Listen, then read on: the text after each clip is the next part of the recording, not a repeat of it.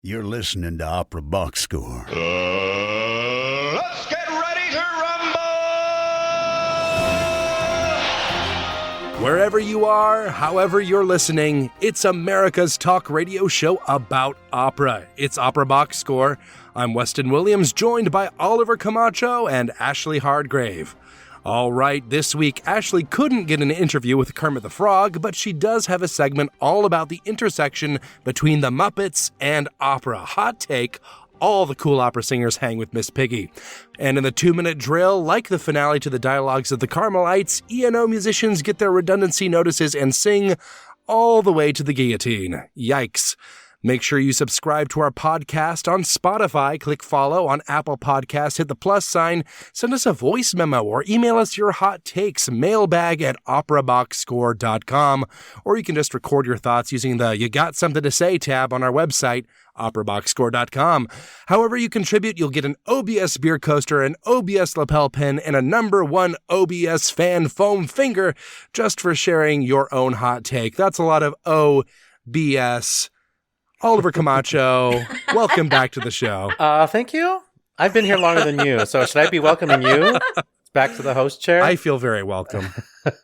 Good. Ashlee Hardgrave, that's all Oliver has to say, I guess. Yeah. So please save us from this this purgatory we're in. Well, you know, this is also kind of the darkest week of the year because it's the first full week without any football. However, the sisters are doing it for themselves. Iowa's Caitlin Clark made history on Thursday as women's college basketball's all-time leading scorer. She is currently at 3,569 points and counting. There are 4 regular season games left before tournament play even starts. She is seriously the GOAT. This is a true story about me. When I was in elementary school, I played basketball for 4 years in a row.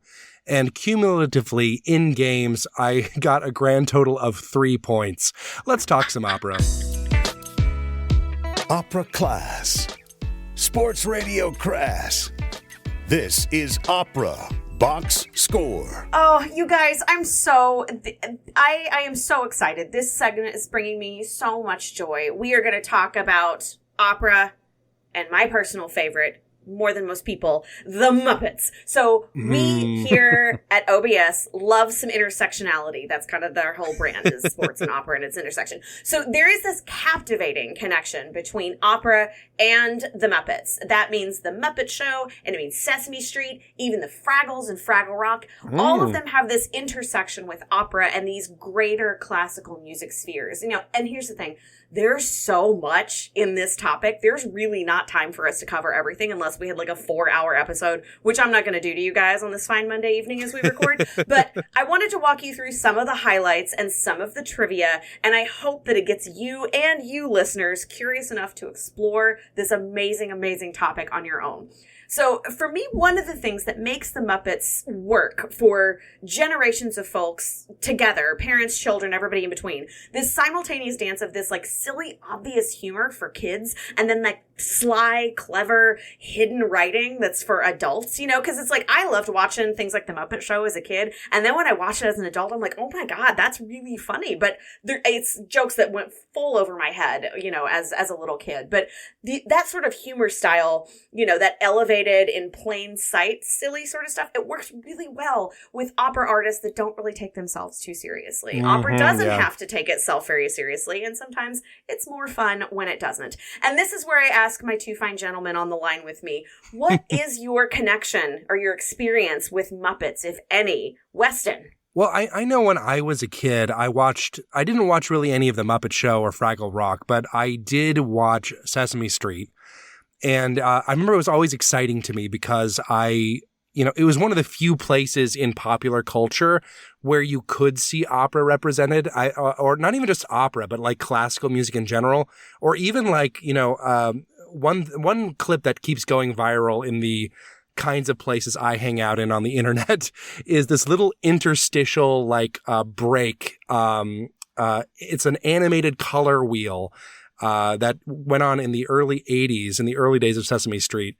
And it has music composed by Philip Glass for Sesame Street. And I just love it so much. Very and on brand for you. So deeply on brand. It's also like early Philip Glass too. So it's like, it's not even like super accessible, but like, it's just, there's so much respect for its audience of kids, and at least for Sesame Street, to expose them to culture and, you know, say like, hey, this is something weird.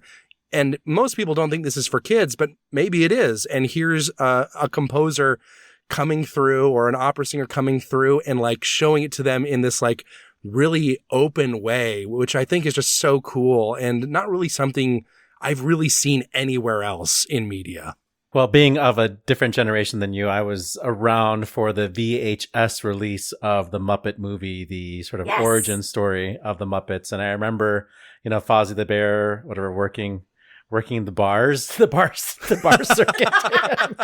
Oh, Foz. And the introduction of Miss Piggy and the Rainbow Connection, all of that stuff. And like you, I did see Muppets on PBS on Sesame Street. But I think my strongest connection to the Muppets is actually their Christmas album with John Denver. Oh, it's so good. Amazing. That round Christmas is coming, the goose is getting fat. You know, like that is forever ingrained in my head. The Muppets version of it. So, those stories there, listener, are just a couple of the reminders how Muppets and those Jim Henson characters are so eternal, and they have delighted generations of children and adults. And actually, one of my very first big segments here on Opera Box Score was something that was one of the things that started my love of this, and one of the things to really kick off this tradition, which was Beverly Sills on The Muppet Show. I've talked about this before, but we're going to talk about it a little bit more right now, so that I can really let you in on how unhinged this segment is. So it originally aired so she was on The Muppet Show a couple of different times. This one, she originally aired in 1969. It was an opera called Pigoletto by the Muppetopolitan Opera Company. Amazing. The musical mashup is absolutely unhinged. So Beverly starts with Traviata's Sempre Libera. The pigs come barreling in with Carmen's Toreador. We go back to Bev, interrupted by the March from Aida, which is carrying Miss Piggy on a huge float, who then breaks out in Valkyrie's Hoya to Ho, and then she and Bev have a Hoya to Ho sing-off. A real pastiche. Yes, we finally get some actual Rigoletto from a pig singing to the tune of La Donna Immobile, and then finally everybody is sort of finishing Sempre Libera together. It is... And it's all in less than 5 minutes. We go back and forth and back and forth. And the thing that's so amazing about this is that Beverly is this consummate professional. And that is why this works. Is like, she's got the chops, but she's fun enough and silly enough and bubblesy enough with herself to do this and have a really good time with it. And so I can't play you the whole clip, but this is going to give you a little insight into sort of how this whole crazy thing wraps up. We're going to play that for you right now.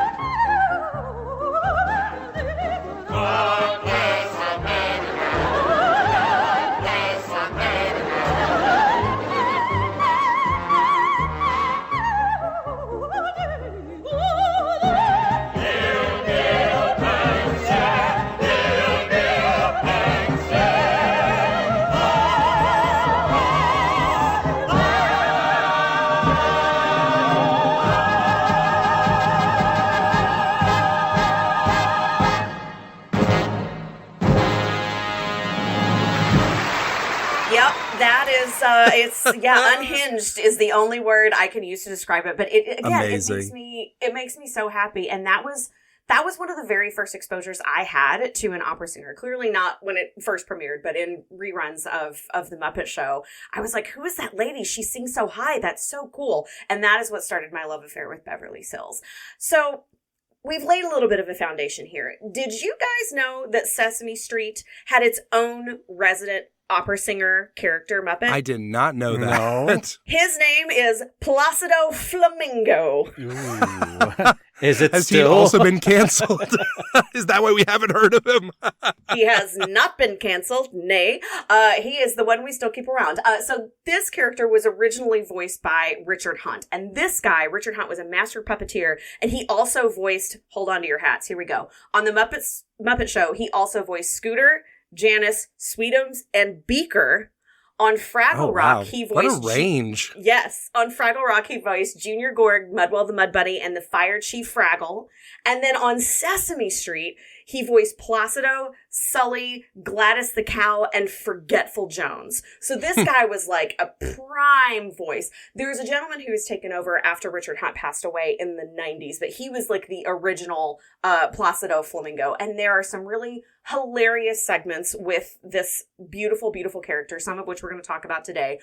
There's a really hilarious telephone segment called, it's to the tune of Funiculi Fulicula, and he's just singing about how much he loves his telephone. There's an operatic up and down duet where you learn the differences between up and down with Ernie. Oh yeah, he does a duet with Itzhak Perlman. Sure. Of course he does. Sure.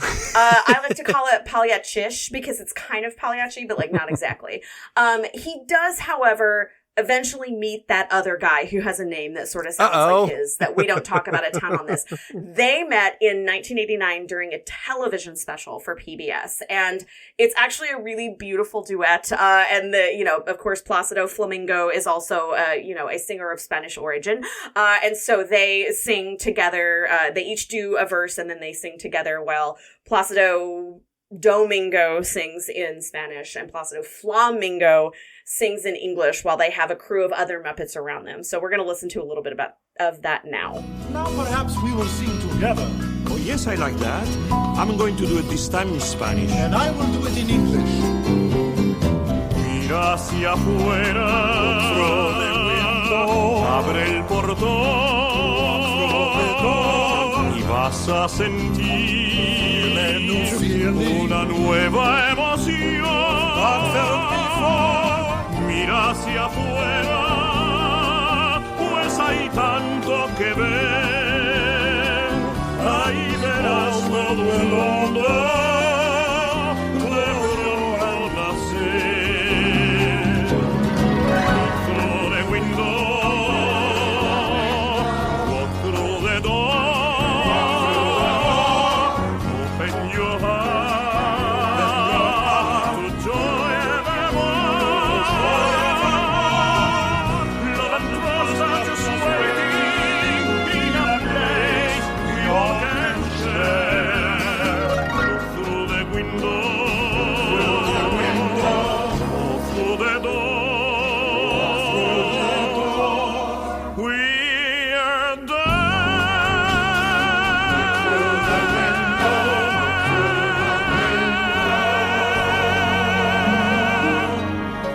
And there are so many other instances of Placido Flamingo. I could not get them all in this segment. There are definitely some worth a listen. One of my personal favorites, besides the Itzhak Perlman duet, which is genius, is the up and down duet with Ernie. You learn a lot about the definitions of up and down. So I highly recommend checking out some Placido Flamingo clips.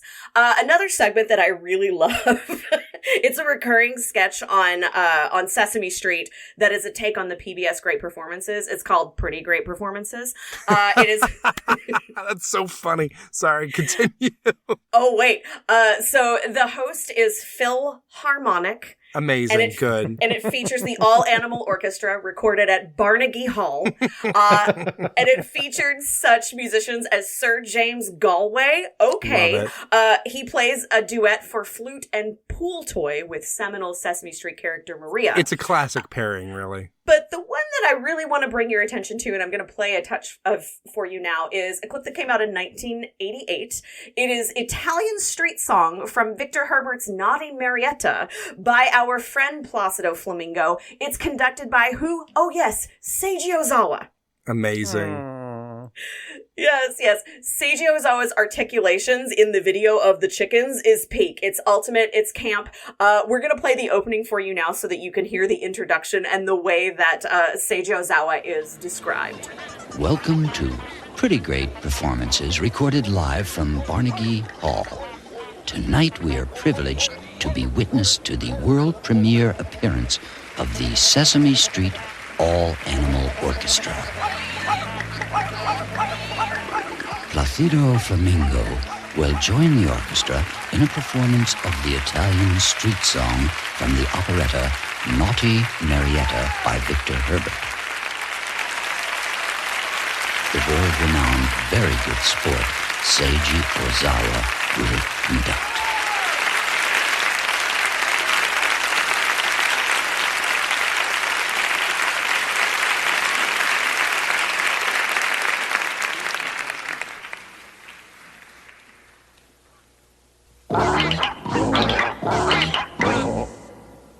My heart belongs to Napoli,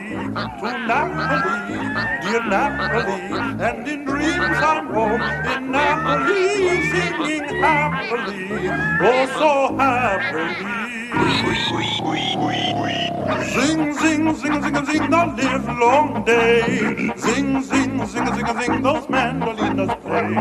Zing, zing, everybody singing all their cares away. Life's so gay. Ah, yes, the world-renowned conductor and very good sport, Seiji Ozawa. I cannot, I just howled the entire time I was watching it. The way that, again, Seiji is like, he's in it, he's a good musician, but he's fun, but he is conducting this as if it's an actual orchestra. He's articulating the chorus of chickens. It is brilliant. It gives me so much joy. Can you tell I had fun with this? I had a blast. Another little interesting piece of trivia. There's a really strong connection between Jim Henson and Maurice Sendak. So Maurice Sendak actually worked as an opera scenic designer and a librettist. Oh, really? He absolutely did. So, of course, there's that opera Where the Wild Things Are. He's the librettist for that because it was his book. But he was also designing at Glyndebourne in the 80s. He was doing Love of Three Oranges. He designed a number of shows for Glyndebourne throughout the 1980s.